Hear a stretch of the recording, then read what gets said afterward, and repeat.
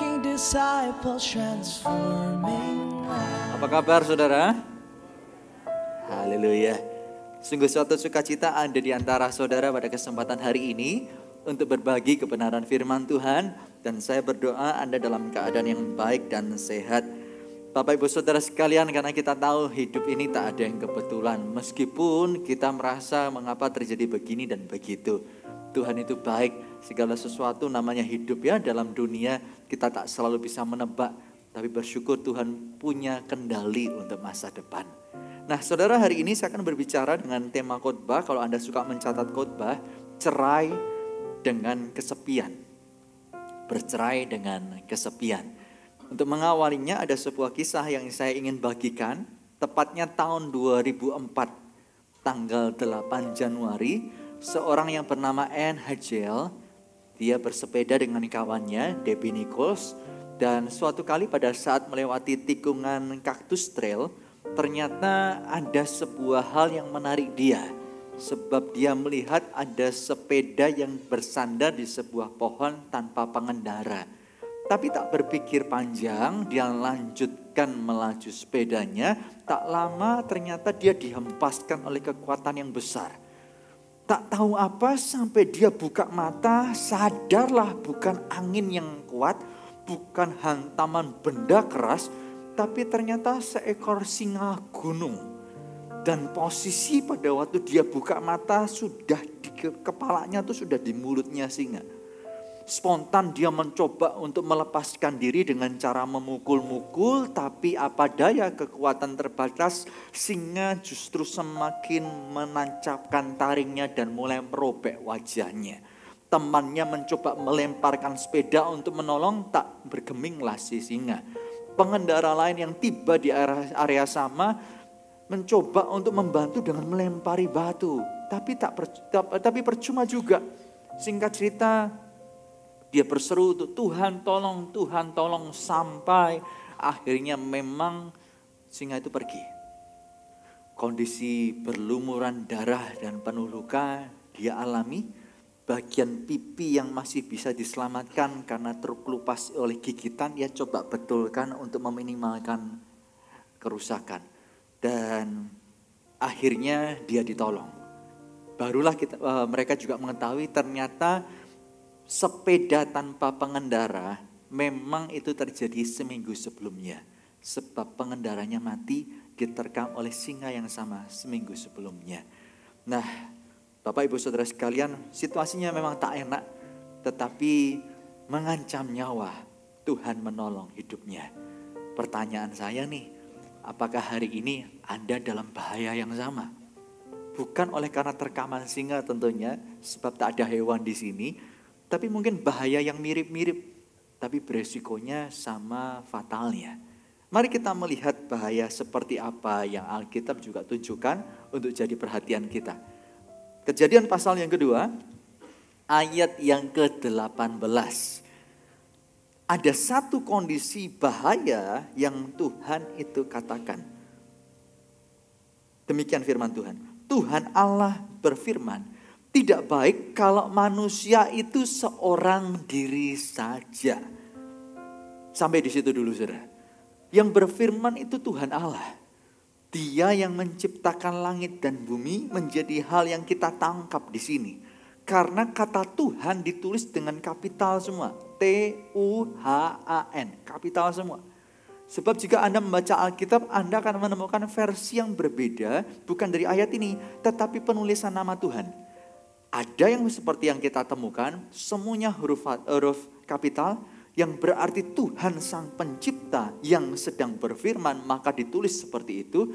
Atau kata Tuhan yang kapitalnya hanya huruf T. UHAN selanjutnya adalah huruf kecil. Yang menunjukkan bahwa pada waktu ditulis, penulis Alkitab menunjukkan perkataannya kepada Tuhan dengan memposisikan bahwa Tuhan itu adalah tuannya dan dia adalah hamba.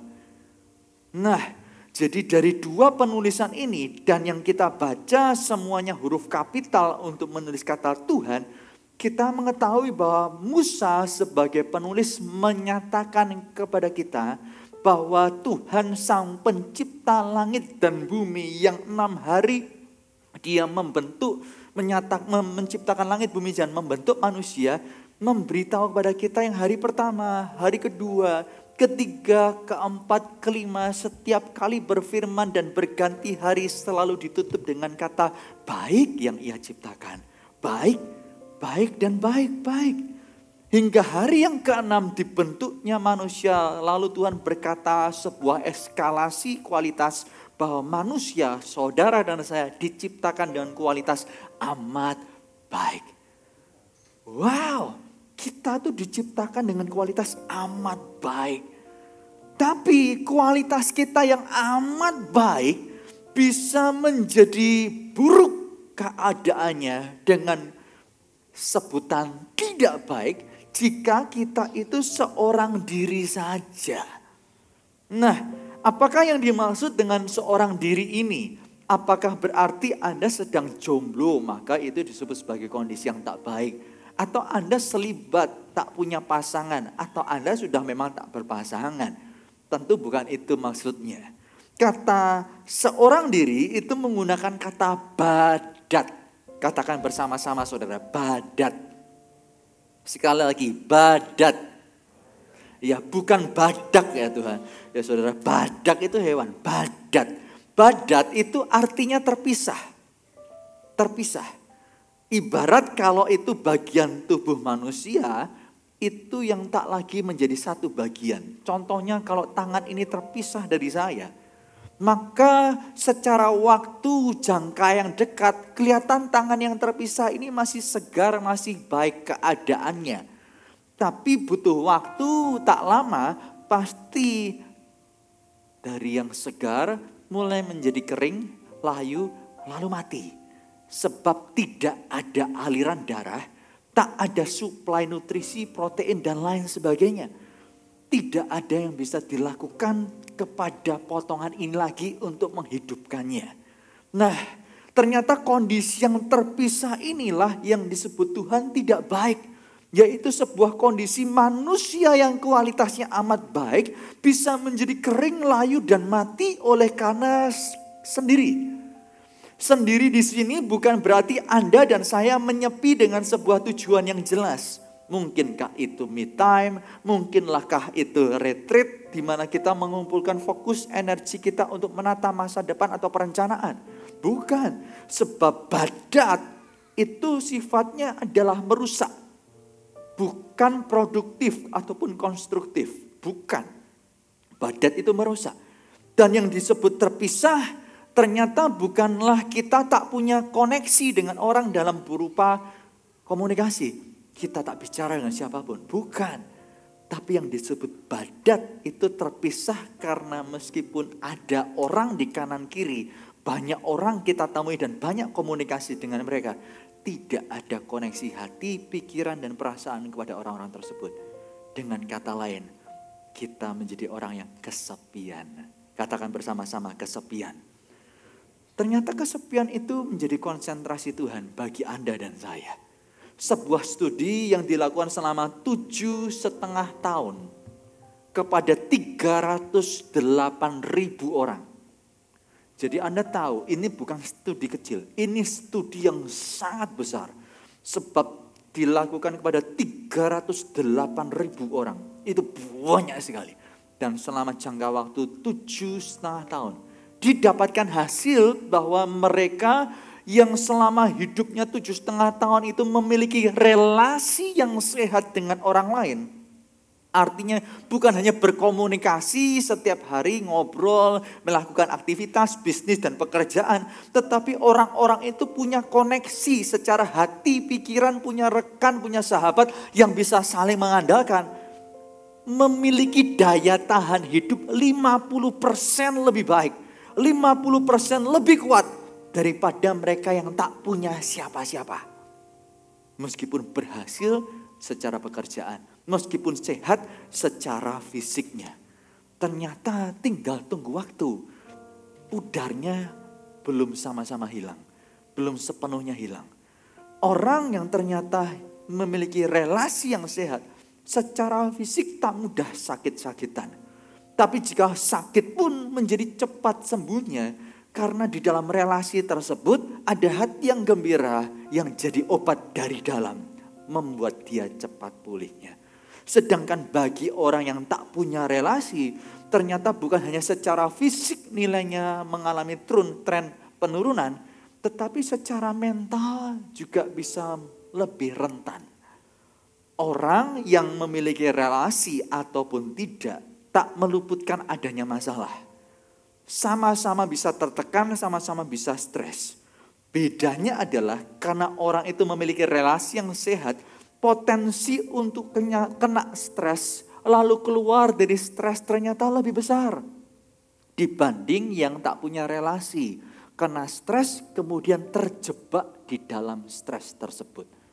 Jadi hal ini benar bahwa yang disebut dengan kesepian itu bahaya sekali.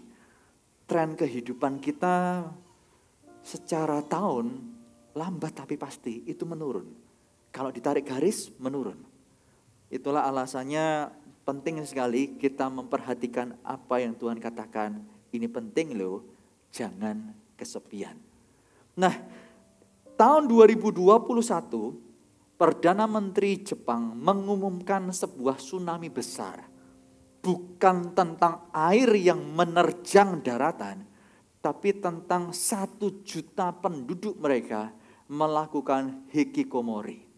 Apa itu Pak hikikomori? Resep baru? Bukan saudara. Hikikomori adalah sebuah situasi urgent di mana orang, tepatnya 1 juta penduduk itu mengambil keputusan untuk menarik diri dari lingkungan sosial. Selama berbulan-bulan mereka memutuskan untuk tinggal di dalam kamar dan beraktivitas hanya di sana. Bukan karena protes, bukan karena demo, tapi karena pikiran mereka memenjara fisiknya. Saya ulangi, pikiran mereka memenjara fisiknya. Secara fisik mereka bisa keluar, tetapi karena takut dengan sosial, takut dengan dunia luar, takut bertemu dengan orang, mereka tak berani keluar kamar. Mereka mengurung diri dan hidup di dalam kamar. Mengerikan sekali. Dan hikikomori ini bukan dimulai tahun 2021, sebelumnya sudah ada. Tapi mencuat sekali di tahun lalu. Betapa mengerikan saudara. Orang-orang ini meskipun secara fisik bagus, mentalnya drop begitu rupa. Sebab pikiran menerjang terus membuat mereka semakin merosot dan merosot. Sehingga depresi mudah ditemui di antara mereka. Bahkan berujung yang mau mengakhiri nyawa dengan bunuh diri tidak sedikit. Nah, saya rasa budaya ini tak terjadi di antara kita. Meskipun tetap ada orang-orang yang mengurung diri, saya menemukannya. Tak mandi, berhari-hari mengurung diri, takut menemui siapa-siapa, itu juga ada. Tapi langkalah di Indonesia tak sampai jumlah ratusan ribu apalagi 1 juta. Hanya yang perlu kita waspadai adalah meskipun kita tak sampai melakukan se-ekstrim itu, bukan berarti kita luput dari kesepian. Sangat mungkin Anda kesepian, meskipun ada pasangan, meskipun ada keluarga. Anda yang tahu rasanya sendirian di waktu malam dan rasa hati ini jauh dari siapa-siapa, tak terkoneksi dengan siapapun. Karena itu biarlah kesempatan siang hari ini Anda melihat bahwa Dia yang Maha Pencipta melihat lubang di hati Anda dan memberikan pertolongan jalan keluar. Mari kita melanjutkan ayatnya, Kejadian pasal 2 ayat ke-18 tadi. Tuhan Allah berfirman, tidak baik kalau manusia itu seorang diri saja. Aku akan menjadikan penolong baginya yang sepadan dengan dia. Ayat ini seringkali dikoneksikan dengan pasangan hidup, suami dengan istri, pasangan yang sepadan. Hari ini saya tak membahas tentang pernikahan, tetapi sekilas saya mau bagikan kepada Anda terlebih dahulu. Yang disebut kata sepadan di sini itu berarti cocok. Tapi yang dikatakan cocok itu bukan berarti tanpa perbedaan. Tidak ada konflik, bukan. Yang disebut cocok itu artinya suami dan istri memiliki yang pertama kemauan. Yang kedua kemampuan untuk mengimbangi perbedaan. Yang satu mungkin tipikalnya kalau punya masalah, konflik, pengen segera diselesaikan.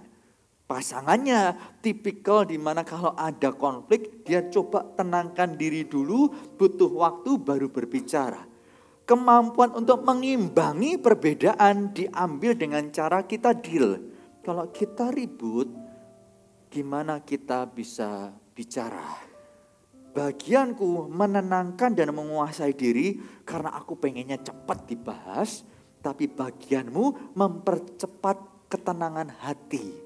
Supaya kita sama-sama yang satu menurunkan standar, yang satu menaikkan standar, kita mengimbangi bersama. Apakah Anda paham? Itulah yang disebut ada kemauan dan kemampuan untuk mengimbangi perbedaan. Dan kemampuan untuk mengimbangi perbedaan ini tentunya arealnya banyak sekali. Dan semakin kita terlatih memiliki kemauan dan kemampuan untuk mengimbangi perbedaan ini, maka perbedaan yang ada tak menjadi jurang yang semakin memisahkan.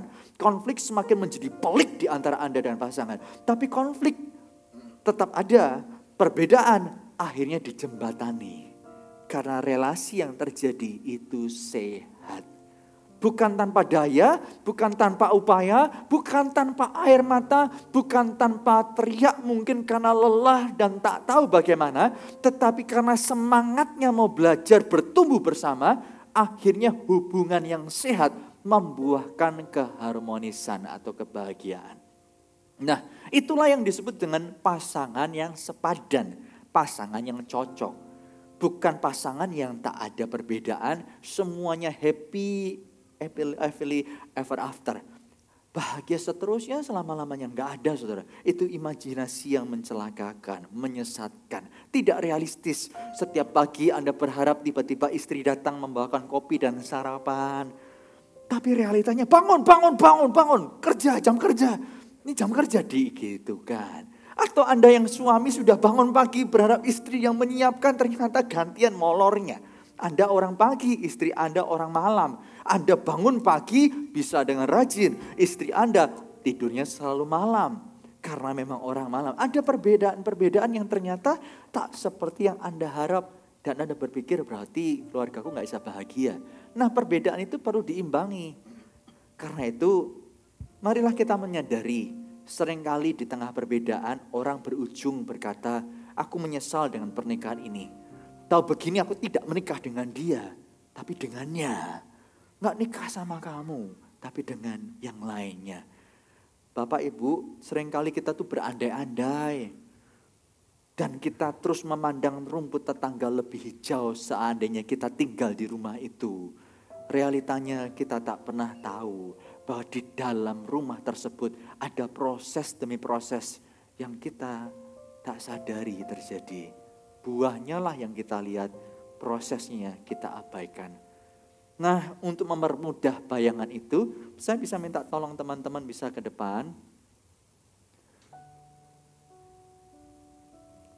Ada dua pasang saudara yang saya ingin ceritakan. Pasangan pertama silahkan di sini, pasangan kedua di sebelah sini. Thank you. Anggap saja saudara mereka suami dan istri. Ya, di samping kanan saya adalah pasangan yang berbahagia. Hubungannya sehat, dibangun dan harmonis.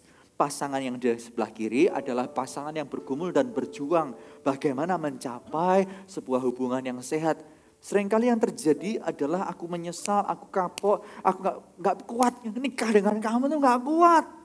Lalu berharap ganti pasangan. Saya gak tahu berapa banyak Anda yang berpikir seperti itu.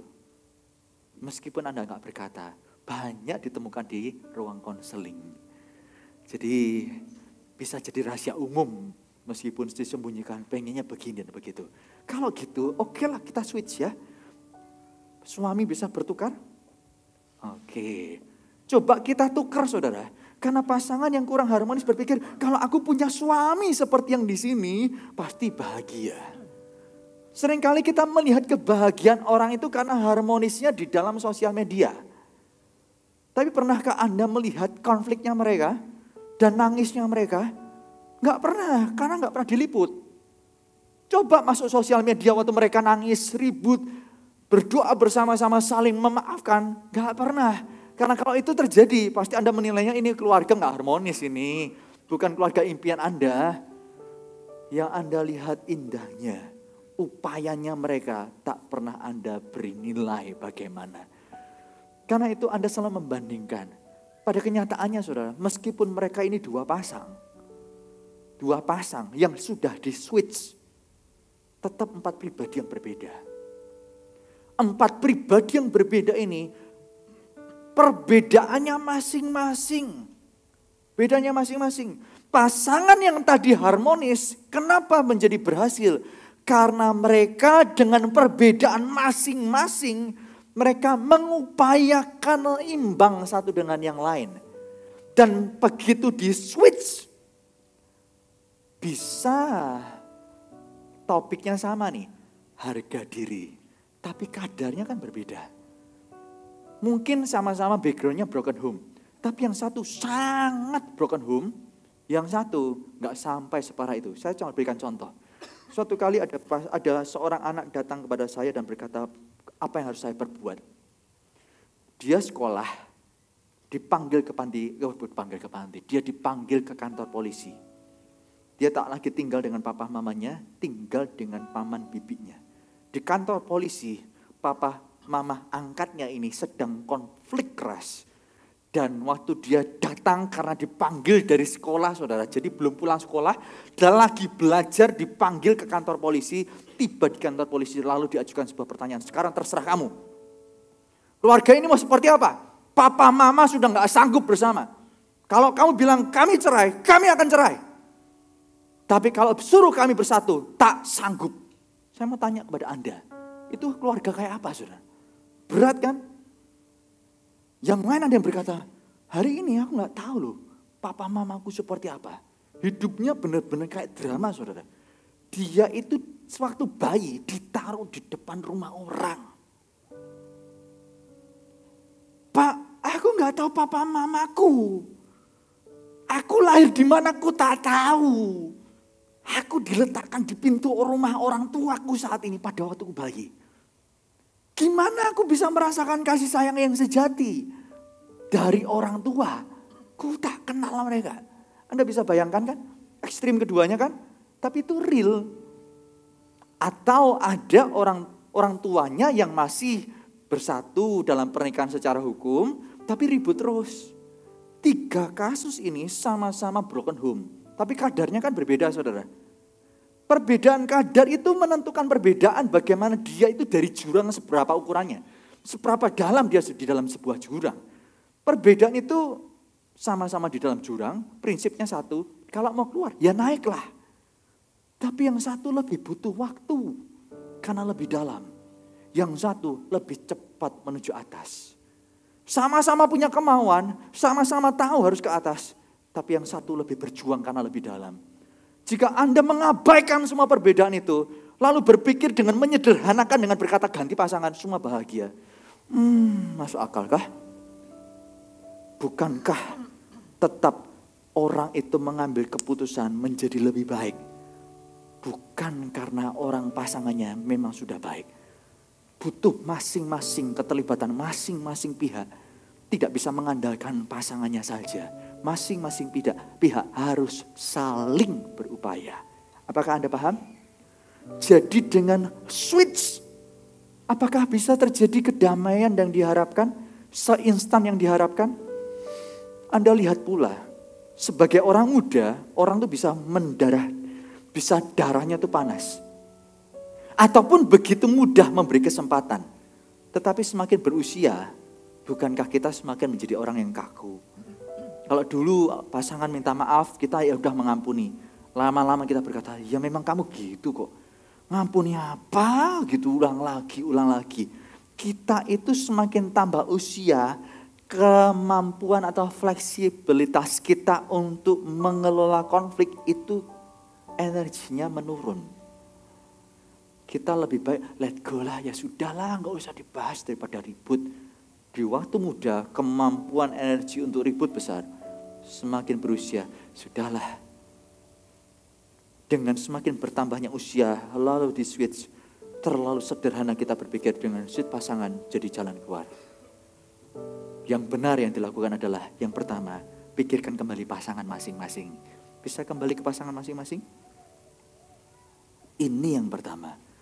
Kembalikan hati Anda kepada pasangan yang sah.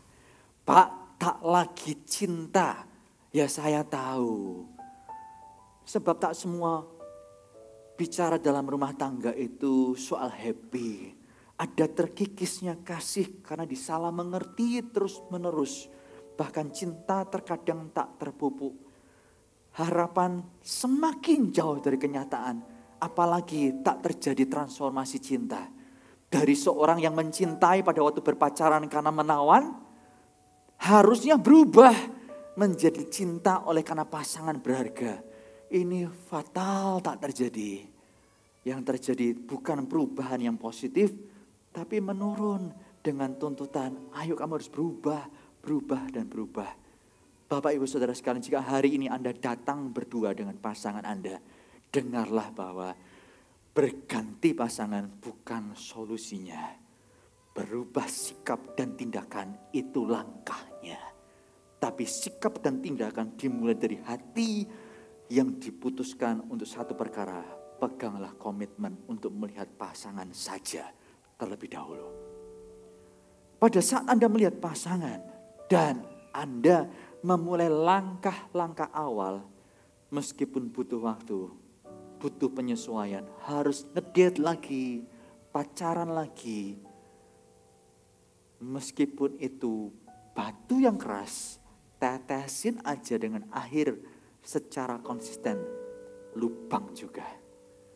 Anda mau menikah sampai akhir hayat kan? Lakukan hal kecil dengan setia. Pasti hancur juga kekerasan hati, apalagi jika Tuhan mengurapi. Dalam hal ini saya ingin tambahkan saja bahwa ada pengharapan di dalam pernikahan Anda yang mungkin Anda merasa tak ada jalan keluar. Hari ini pasangan yang sepadan tak saya bahas, tak saya lanjutkan. Tapi kembali ke kata penolong. Apakah Anda bisa mengikuti saya? Oke, thank you buat teman-teman. Kata penolong di situ Tuhan berikan kepada kita supaya kita tak kesepian. Kata penolong di situ menggunakan kata Ezer. Katakan bersama-sama Ezer. Ezer itu berarti orang yang mengelilingi. Orang yang ada di sekeliling kita ada bukan untuk memenjara, tapi ada untuk membantu. Ada untuk membimbing. Ada untuk menolong. Mereka lah yang Tuhan sediakan dalam kehidupan kita. Supaya hidup kita itu sadar tak sendiri. Dan kita bisa produktif. Sendiri itu bahaya.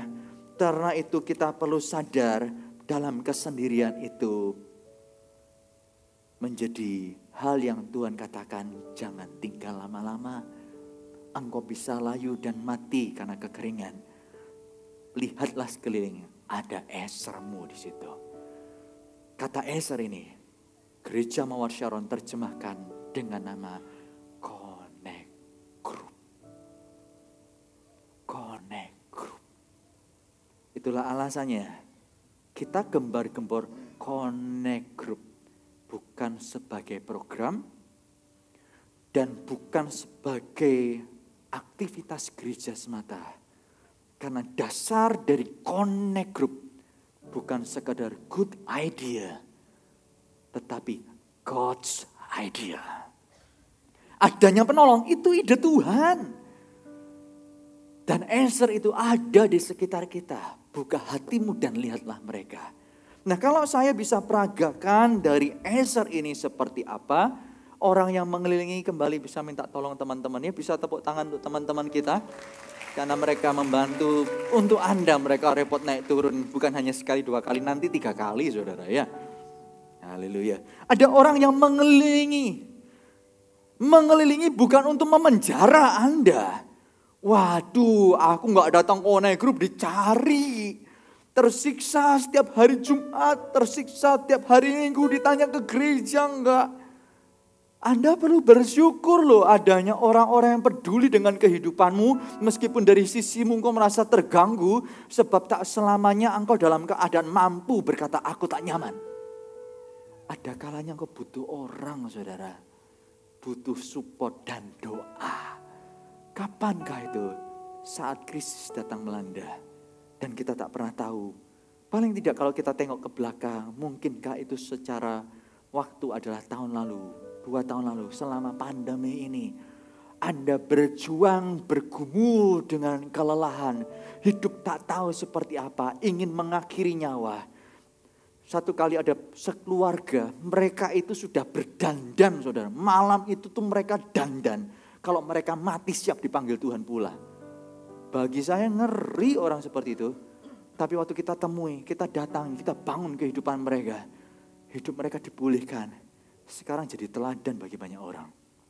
Di Connect Group loh. Di Connect Group. Anda tahu, bagi kita itu bisa menemukan kondisi mungkin kita menjadi menyerah, kita kecewa dengan keadaan. Karena kita merasa kita sudah melayani Tuhan. Kita sudah sungguh-sungguh, tetapi kenapa pekerjaanku kok amburadul begini ya? Ekonomi perusahaanku kok bangkrut begini ya? Tuhan kenapa kok izinkan aku? Kalau Tuhan begini lebih baik aku tinggalkan Tuhan. Tetapi orang-orang di sekeliling berkata, aku ada di sini loh, kita sama-sama. Ayo bangun dulu, mesbah doamu, ayo berdoa sungguh-sungguh. Pagi hari diingatkan, dikirim ayat. Malam hari ditanya gimana prosesnya, bagaimana pergumulannya. Atau mungkin itu proses pengadilan Anda baru menuju sidang perceraian. Anda berkata, Tuhan ini gimana, aku barusan bertobat. Katanya bertobat Tuhan ada, tapi masalah kok jadi lebih besar. Suamiku itu meninggalkanku, ini ada orang lain dan aku tahu siapa orangnya. Dan hari ini kami sedang dalam perceraian. Proses perceraian, Tuhan aku harus gimana?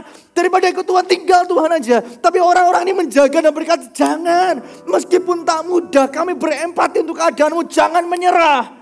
Jangan menyerah. Mencoba pergi oleh karena banyak pergumulan. Tapi ada orang-orang di sekeliling yang membuat kita tetap terlindungi.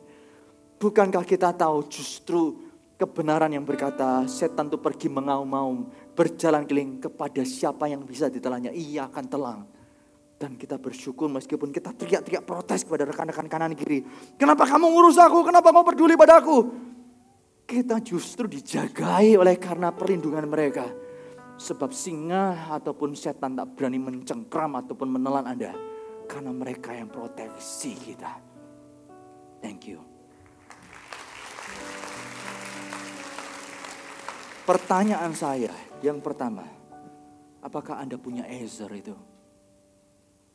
Apakah Anda punya Ezer itu? Jika belum, hiduplah dalam Connect Group. Hiduplah dalam Connect Group. Sebab masalah hidup bisa beragam. Jika ringan, engkau bisa selesaikan. Jika berat dan sangat berat, kemana kau akan pergi? Karena ada Ezer gadungan. Mazmur pasal pertama. Ayat yang pertama. Dikatakan berbahagialah. Bukankah ini yang kita cari? Bahagia. Berbahagialah orang yang tidak berjalan menurut nasihat orang fasik. Berbahagialah orang yang tidak berdiri di jalan orang berdosa. Berbahagialah orang yang tidak duduk dalam kumpulan pencemooh. Ada orang-orang yang merasa kesepiannya terjawab oleh karena komunitas yang salah. Dan berkata ini dunia kami. Orang benar kelihatannya tak peduli kepadaku, justru yang jahat. Yang bukan anak Tuhan kok peduli kepadaku.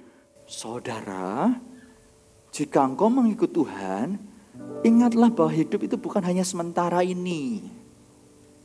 Bukan hanya sementara ini. 2016 itu pergumulan di mana vonis untuk istri saya, stroke batang otak. Tak bisa berbuat apa-apa dan saya dan anak-anak maupun istri bergumul hari demi hari. Sampai ke titik saya berkata, Tuhan, kalau Tuhan tak sembuhkan istriku, seumur hidup aku harus mengurus begini. Kira-kira aku akan meninggalkanmu gak ya? Kira-kira apakah aku layak, pantas memperjuangkannya? Pertanyaan itu datang dan saya bergumul serta berkata, Tuhan, jika seumur hidup situasi keluarga seperti ini yang harus aku jalani. Aku tempuh. Saat ini saya menempuh dengan kondisi istri dan anak-anak jauh lebih baik. Dan kami sudah melewati tahun demi tahun. Tak seberat tahun-tahun yang sebelumnya. Di tahun sebelumnya pada waktu berat itulah saya berkata, Tuhan, sambil di ibadah minggu waktu itu di Gereja Mawar Sharon Jakarta, saya nangis. Saya tak bisa banyak berbicara. Saya katakan, Tuhan, jika hidup keluargaku harus demikian, ku jalani. Karena hidup hanya sementara. Aku akan kejar hidup 70-8 tahun dalam kesetiaan. Nafasku untuk merawat istri dan anak-anakku. Keren ngomongnya, tapi itu sebuah tekad yang bulat. Karena aku tahu, karena saya sadar hidup di dunia itu sementara. Pada waktu saya sadar hidup hanya sementara, besok itu saya jalani tetap dalam tantangan yang sama. Anda jangan kira begitu statement keluar hebat, Tuhan lakukan mujizat. No. Day by day dijalani. Karena itu kembali kepada hidup kita. Jika komunitas yang kita pikir itu menolong karena kita menjadi orang yang tak kesepian. Tapi tren hidup kita kalau ditarik grafik itu menurun. Anda lihat hidup ini gak sementara. Di dunia ada yang kekal. Lazarus kata firman itu menderita sampai akhir hayat loh. Tapi dia masuk surga. Bukan masuk surga karena kemiskinannya. Bukan. Lazarus itu masuk surga karena meskipun sangat menderita di dalam dunia. Boroknya pun dijilat oleh anjing. Anda berani ke titik itu? Saya dalam tanda petik sudah pernah di titik itu. Saya buat keputusan yang sama seperti Lazarus. Jika di dunia aku harus begitu remuk, aku tak mau kehilangan upahku di surga sana. Saya tantang setiap Anda secara pribadi. Dalam hidupmu yang menutup kesepian dengan answer yang salah, gadungan. Tapi tren hidupmu menurun. Saya menantangmu untuk keluar dari answer yang salah itu. Tempuh answer yang Tuhan berikan, yang sejati. Di mana dari Mazmur pasal 1 ayat 1 ini ternyata kita bisa temukan 3 kategorinya. Kalau saya sederhanakan ayat ini menjadi berbahagialah orang yang berjalan menurut nasihat orang benar. Berbahagialah orang yang berdiri di jalan orang benar dan yang duduk dalam kumpulan orang benar. Ada berjalan menurut nasihat orang benar. Ada berdiri di samping orang benar. Duduk dalam kumpulan orang benar. Saya mengajak sekali lagi rekan-rekan 3 untuk menjadi gambaran kepada Anda. Berdiri, berjalan, dan duduk.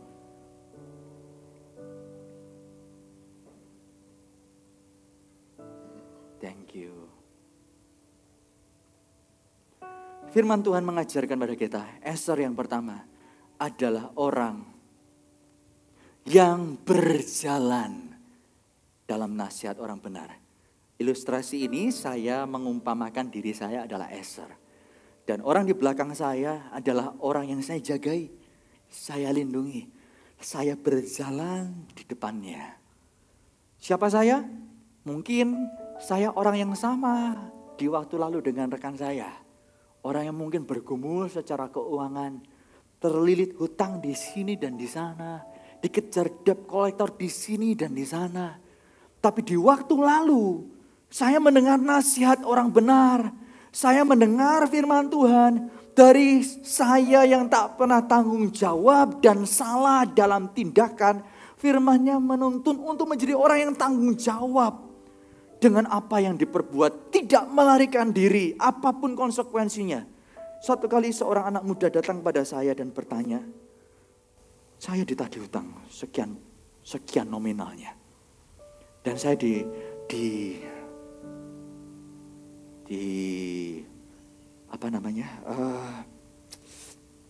diancam untuk dimasukkan penjara. Saya tanya, kalau kamu dimasukkan penjara gimana? Ya sudah, gak apa-apa. Oke. Kamu siap masuk penjara untuk konsekuensimu? Good. Dan orang yang berkata, saya siap masuk penjara. Oke, kamu sudah siap? Ya sudah, kalau kamu sudah siap, saya tidak akan siapkan kamu untuk masuk. Tapi kalau vonisnya kamu masuk, saya akan siapkan kamu bagaimana di dalam.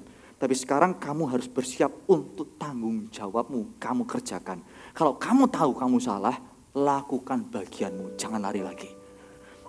Pada waktu itu menjadi nasihat yang mungkin diterima sebelum menjadi Eser, saya di posisi sama. Yang dibantu, dikuatkan, didampingi. Dan akhirnya saya berjalan dalam nasihat orang benar. Mengikuti jejak orang di depan saya, tanggung jawab. Mungkin itu berupa temui pihak-pihak yang kepadanya saya berhutang. Minta pengertian, minta pengampunan. Mungkin saya pernah ngomong besar, tetapi itu omong belaka. Minta pengertian, bisa gak dibantu jatuh temponya diperpanjang atau cicilannya diringankan. Atau bagaimana sebuah langkah diambil, tetap mau bertanggung jawab. Meskipun ada konsekuensinya, dia tidak akan melarikan diri. Tetapi minta pengertiannya. Pada waktu langkah diambil dengan penuh ketegangan, doa puasa dilakukan, jungkir balik di dalam doa dilakukan. Ternyata banyak respon yang diambil. Ada yang mengiyakan, ada yang berkata, enggak, kamu yang salah, kamu yang berbuat, tak ada mundur-mundur. Tanggung jawab. Tapi apalagi tidak ada sisi-sisi orang berkata, oke, cicilannya diundurkan. Diperkecil, jatuh temponya diundur. Ada beragam respon, selesaikan satu, dan satu. Dari getarnya kakimu, kalau engkau berjalan dengan Kristus, karena nasihat orang benar bersumber dari firman, lihatlah bahwa pada saat kamu melihat ada pertolongan Tuhan, kamu bisa bersaksi bahwa Tuhan yang setia itu bukan kata orang, tetapi pengalamanmu secara pribadi. Pada saat engkau mengalami itu, kehidupan perekonomianmu bukan selalu otomatis instan berubah. Tapi karena sikap dan tanggung jawabmu, ternyata orang mulai melihatmu. Orang mulai memperhatikanmu. Saya beri contoh ya saudara, satu kesaksian ini. Ini jemaat. Suatu kali ada satu keluarga lagi makan di sebuah restoran. Ternyata restoran itu setelah dinikmati hidangannya mereka harus pulang. Pada waktu pulang ada tukang parkir yang diberi uang lebih. Dia cari kembalian, tak ada. Lalu dia berkata, Pak, tunggu sebentar. Saya tukarkan uang ini, lalu saya akan berikan kembaliannya kepada Anda. Yang di mobil tungguin, tapi tak kunjung kembali. Yang di mobil berkata, ditipu tukang parkir ini. Dan dia pergi. Satu tukang parkir ini datang, orangnya sudah pergi. Dari jengkel si pengemudi itu, yang pelanggan restoran itu, akhirnya ya sudah, tak ada cerita lagi. Sampai suatu kali keluarga ini kembali makan di restoran yang sama. Lupa kejadiannya.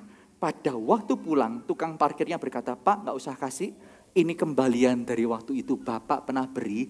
Pada waktu saya sudah kembali dengan kembaliannya, ternyata Bapak sudah tiada, sudah meninggalkan. Ini uang kembaliannya. Sudah gak ada apa-apa. Tahukah Anda, tak ada angin, tak ada hujan, tak pernah terjadi koneksi. Bapak ini adalah ternyata pengusaha.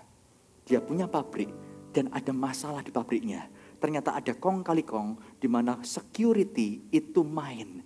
Dan akhirnya banyak barang hilang. Dia harus pecat security dan bergumul, siapa orangnya. Tiba-tiba ingat tukang parkir itu. Loh, kalau dia jujur, dia bisa bantu aku. Masih ada enggak ya? Didatangi restorannya saudara.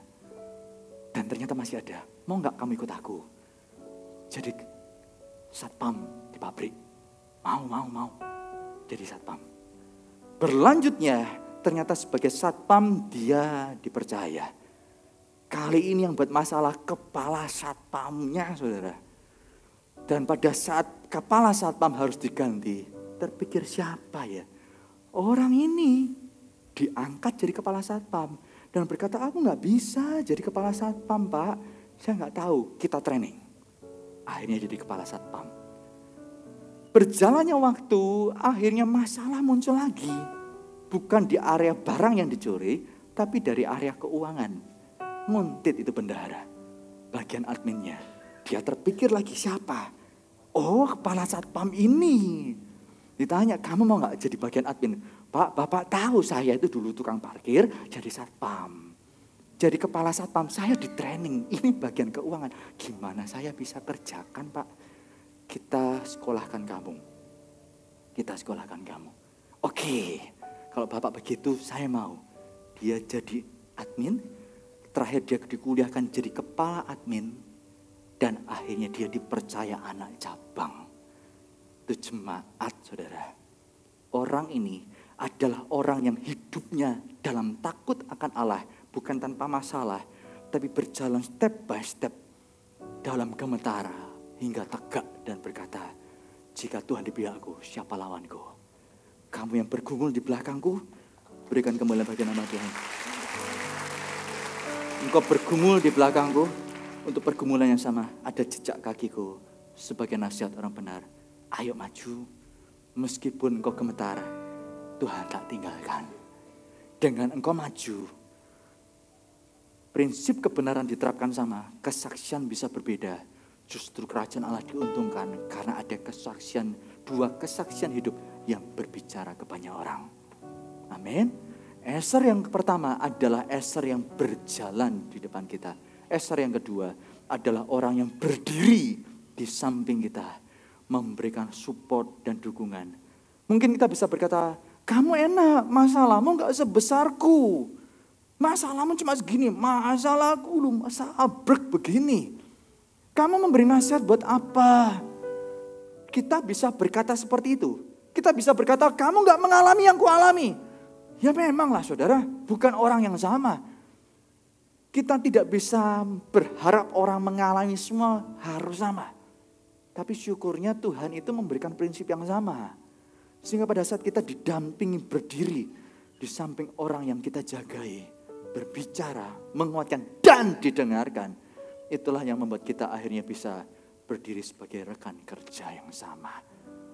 Bertumbuh di dalam iman dan maju menjadi alat Tuhan bagi sesama. Dan yang terakhir adalah eser yang disebut duduk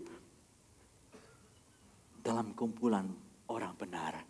Ibrani pasal yang ke-10 ayat 25 ayatnya bisa ditampilkan. Janganlah kita menjauhkan diri dari pertemuan-pertemuan ibadah kita. Pertemuan ibadah kita zaman dulu bukan seperti ini. Ini zaman kita. Tapi zaman dulu itu seperti ibadah-ibadah connect group, kelompok-kelompok kecil. Disitulah kita bisa terlibat lebih jauh. Dan Alkitab berkata, seperti dibiasakan oleh beberapa orang. Tetapi marilah kita saling menasihati. Ezer bukanlah orang yang sempurna. Bukan tanpa cacat celah, tanpa kelemahan. Tetapi punya kekuatan di area tertentu. Yang punya waktu dan punya energi juga terbatas. Pada saat kita berbagi, kita bisa menjadi orang yang sadar dalam kelemahan dan ketidaksempurnaan kita. Tuhan juga bisa pakai orang yang kita dukung dan support untuk menjadi inspirasi dan kebaikan kita. Itulah alasannya dari dulu sebagai gembala sidang Pastor Philip selalu berkata, jagalah kerendahan hati. Jagalah kerendahan hati. Karena sebagai eser kita juga bukan hanya memberkati, kita bisa diberkati. Kita bisa menginspirasi, juga bisa diinspirasi pada saat melakukan fungsi sebagai orang yang duduk dalam kumpulan orang benar kepada orang yang kita dukung. Apakah Anda paham? Jika paham, berikan kemuliaan bagi nama Tuhan dan tepuk tangan bagi rekan-rekan kita. Pertanyaan yang pertama, jika Anda kesepian, apakah benar Anda tak punya eser? Yang kedua, apakah Anda tahu bahwa Anda dipanggil bukannya dibantu, bukan hanya dimuridkan, tapi jadi eser yang membantu dan memuridkan. Itu panggilan Tuhan hidup untuk hidup kita. Saya tutup dengan 3 statement ini.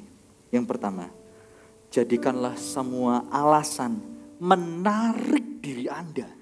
Mengapa Anda menarik diri Anda dari lingkungan orang benar? Mengapa?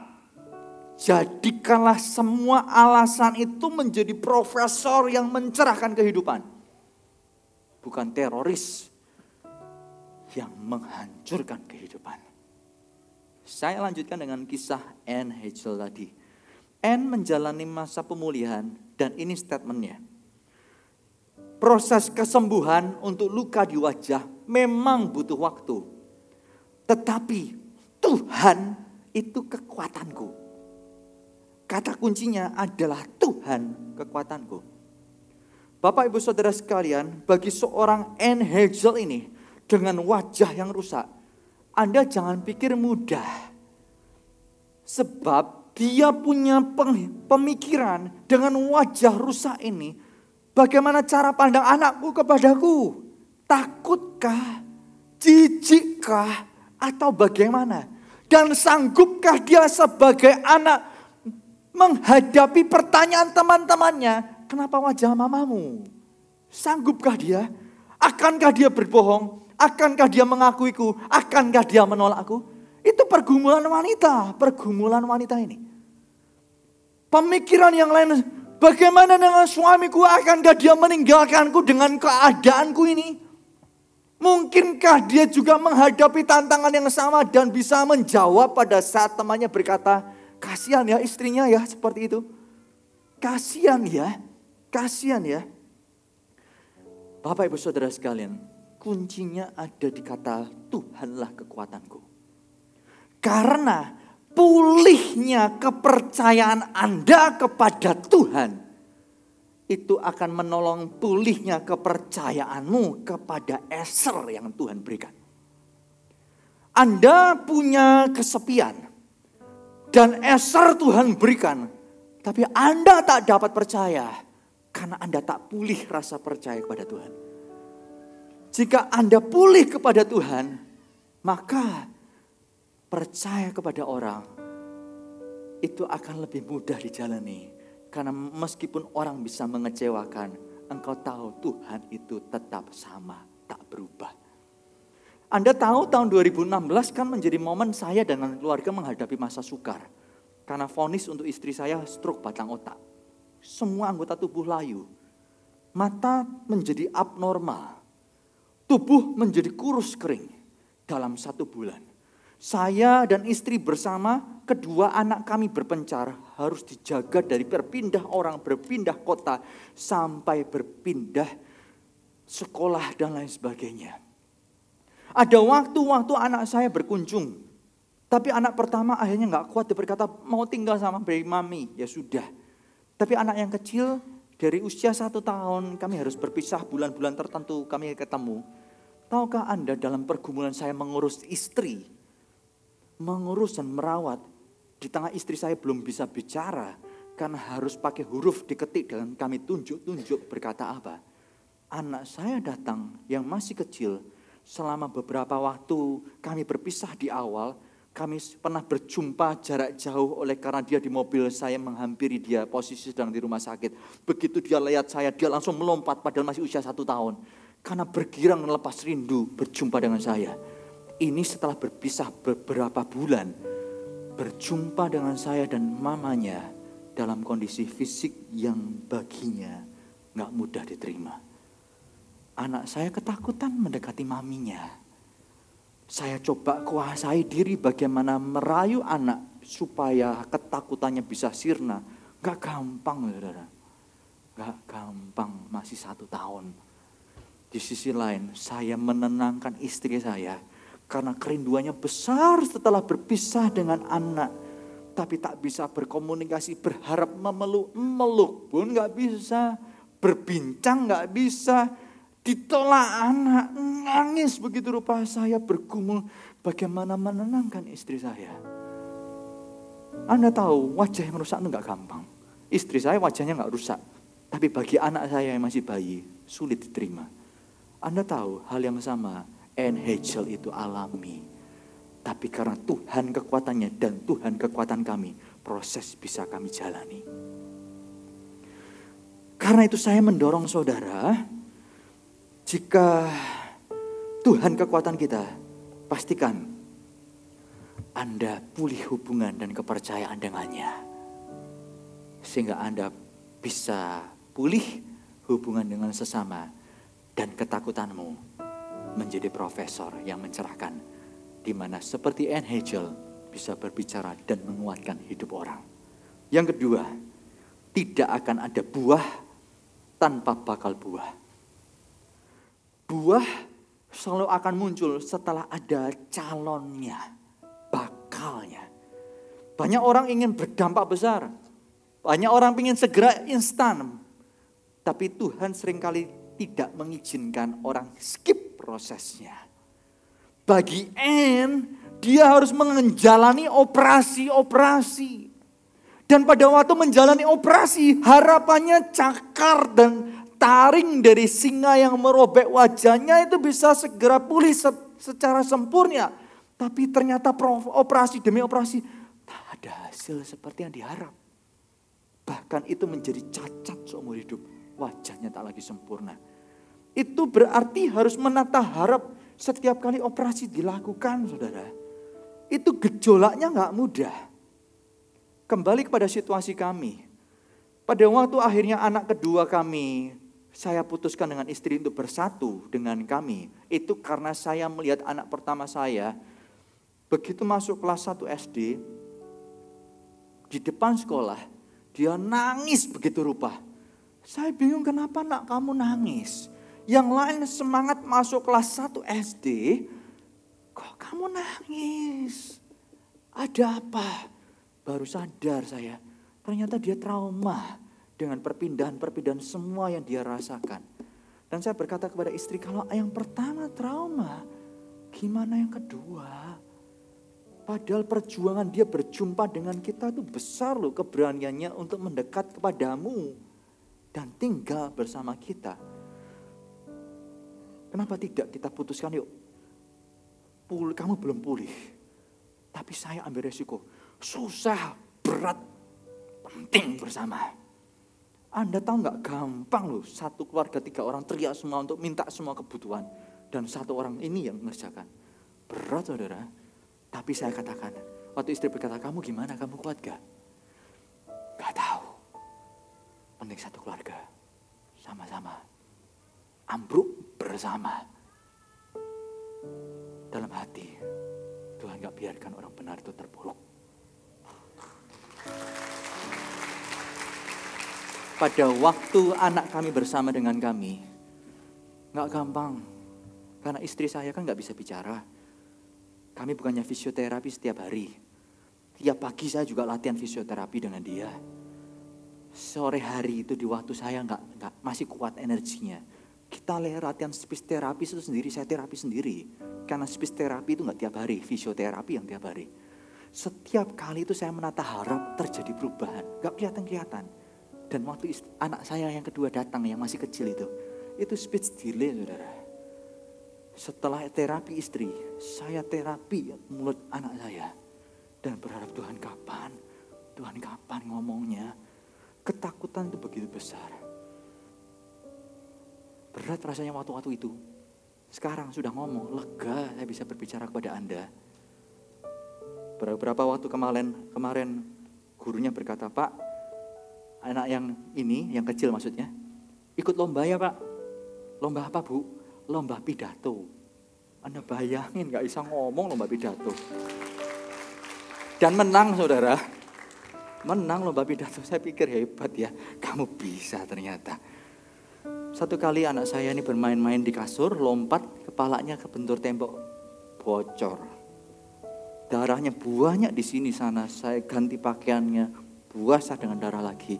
Kita perlu ke rumah sakit. Saya coba tenangkan hati. Di tengah saya ngambil pakaian tuh, istri saya tahu anak kecil kami itu lagi bocor. Saya coba pelan-pelan, santai, ambil baju, pelan, begitu tutup pintu kamar, lari saya. Bocornya tuh ngucur. Ganti pakaian. Coba tenang ya, kita ke rumah sakit ya untuk antar anak. Dak dik di sini. Di mobil ternyata mendadak kering. Saya tahu itu Tuhan tenangkan hati saya. Di rumah sakit dokter berkata, Pak mau dijahit gak? Itu yang terbaik untuk lukanya. Atau dirapatkan. Tapi ada bekasnya begini nanti. Saya ngomong dalam hati, Tuhan aku udah gak sanggup. Gak kuat aku Tuhan. Sorry dalam hati ke saya, ke anak dan ke istri. Aku gak kuat. Gak berani dijahit. Bukan saya gak berani hadapi ya saudara. Saya berani hadapi jahit darah, saya berani. Lelah saya. Saya berkata, Tuhan aku gak sanggup untuk dijahit. Sorry ya yang, sorry ya nak. Bapak bisanya dirapatkan. plester. Dan singkat cerita tertutup dan tertolong. Ada waktunya lelah, tapi ingat, semuanya itu proses. Pada waktu jadi bakal buah, tak ada yang melihat. Tapi pada waktu kita menjadi orang yang berjalan dengan Allah, dengan nasihat orang benar, hari ini yang sedang Anda lihat, itu buahnya. Jangan putus asa untuk hidupmu, meskipun di lembah kelam, jangan putus asa. Yang ketiga, waktu terbaik untuk berbenah adalah sekarang. Setiap hari saya dengan anak-anak setelah menyiapkan mereka untuk berangkat sekolah, kami pasti kumpul untuk berdoa. Kalau nggak lewat doa, lewat nasihat, selalu saya katakan, hari ini terima kasih Tuhan untuk lembaran baru. Itu berarti ada kesempatan mengisi lembaran itu dengan yang memuliakan Tuhan. Dan dalam doa ataupun nasihat, yuk hari ini anak kita muliakan Tuhan. Itu yang kami pegang. Setiap hari itu lembaran baru. Bagaimana dengan Anda? Memandang hari-hari Anda. Anda memanfaatkannya atau tidak? Bergantung kepada perspektif yang Anda punya. Izinkan saya memberikan ilustrasi ini sebagai penutup. Ilustrasi penutup dalam pembicaraan kita. Ada seorang yang sedang bermain ke sebuah proyek pembangunan dan melihat ada tukang-tukang yang melakukan pekerjaan yang sama, yaitu memasang batu bata. Ia bertanya kepada tukang yang pertama, "Pak, lagi ngapain?" Dan tukang itu berkata, "Kamu nanya. Ya yang kamu lihat apa? Kan pasang batu bata." "Oh ya Pak, ya sudah. Bapak kerja deh, Bapak kerja. Sorry Pak, ganggu." Lalu dia pergi ke tukang yang kedua, sedang melakukan pasang batu bata. Dan dia berkata, "Nak, aku sedang membangun tembok." "Oh, oke Pak, oke." Sedangkan kepada orang yang ketiga, pertanyaan yang sama diajukan, pekerjaan yang sama sedang dilakukan, tapi jawabannya, "Nak, tahu nggak kamu, aku sedang membangun gedung pencakar langit terbesar tertinggi di kota kita." Wow. Pekerjaan yang sama, tapi tiga jawaban yang berbeda. Menunjukkan sudut pandang yang semakin luas. Membuat tantangan bisa sama, tapi semangat dan hidup dikerjakan dengan cara yang berbeda. Tahukah Anda pula, jika pandangan hidupmu itu lebih luas, lebih lebar, bahwa hidupmu itu bukan percuma, maka engkau tak akan sia-siakan satu hari pun untuk mengisi bagi kemuliaan namanya. Tahukah engkau pada masa kelam yang kau jalani dengan berjalan meskipun tertatih-tatih. Dengan kaki yang gemetar engkau tahu Tuhan kuatkan. Dan akhirnya engkau menjadi saksi kesetiaan dan karya Tuhan. Lalu engkau tengok ke belakang sebagai Ester. Menguatkan yang sedang dalam pergumulan yang sama. Yang engkau sedang lakukan bukan hanya membangun tembok atau pasang batu bata.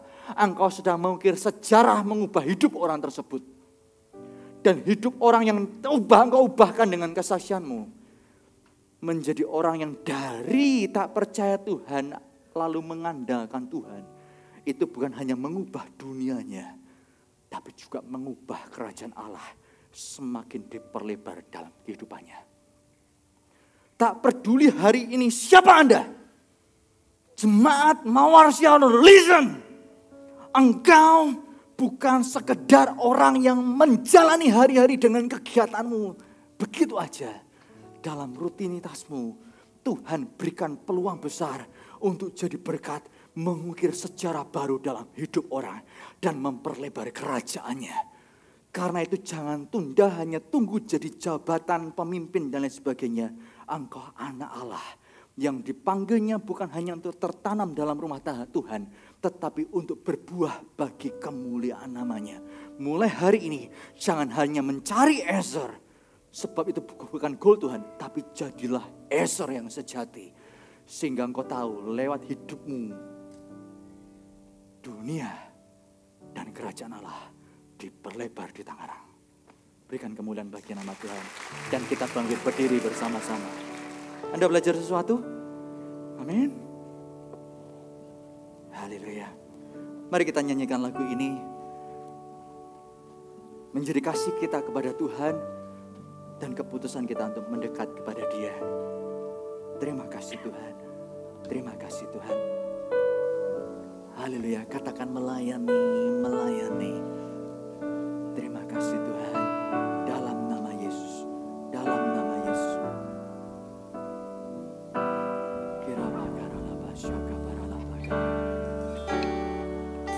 Melayani, melayani lebih sungguh. Melayani, melayani lebih sungguh. Tuhan lebih dulu. Amin. Amin. Kepadaku. Terima kasih untuk pelayananmu Tuhan. Melayani lebih sungguh. Mengasihi, mengasihi lebih sungguh. Mengasihi, Mengasihi lebih sungguh. Mengasihi, mengasihi lebih sungguh. Tuhan lebih dulu mengasihi kepadaku. mengasihi, Amin. Mengasihi lebih sungguh. Melayani, melayani lebih sungguh. Amin Tuhan. Melayani lebih sungguh. Yes God.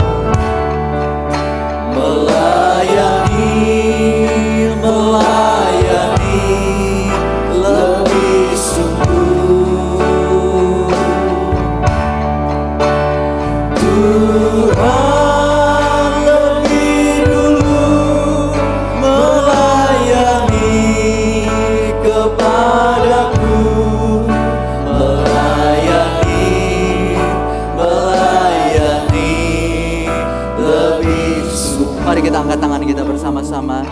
Tuhan, Engkau lihat bahwa setiap kami tak Kau pandang dari jabatan atau posisi, tapi Kau pandang kami karena kami adalah umat-Mu, manusia yang Kau katakan amat baik. Dan jika di hidup kami ternyata ada hal-hal yang tidak baik di sekeliling, oleh karena mereka belum menemukan Ezer dalam kehidupan mereka, dengan hari ini panggillah kami, dan biarlah kami jawab panggilan-Mu untuk jadi berkat bagi sesama. Pakai kami dalam kesederhanaan dan keterbatasan kami, karena kami tahu setiap kami ada ruang untuk jadi berkat yang besar, membawa orang mengalami Kristus, bukan dari kata orang tetapi mengalami secara pribadi. Urapi kami, mulut kami, lidah kami, tangan kami, hati kami, kesungguhan kami, sehingga dari kesungguhan itu nama-Mu dipermuliakan, banyak orang diselamatkan, jadi berkat di dalam nama Yesus. Making disciples, transforming lives.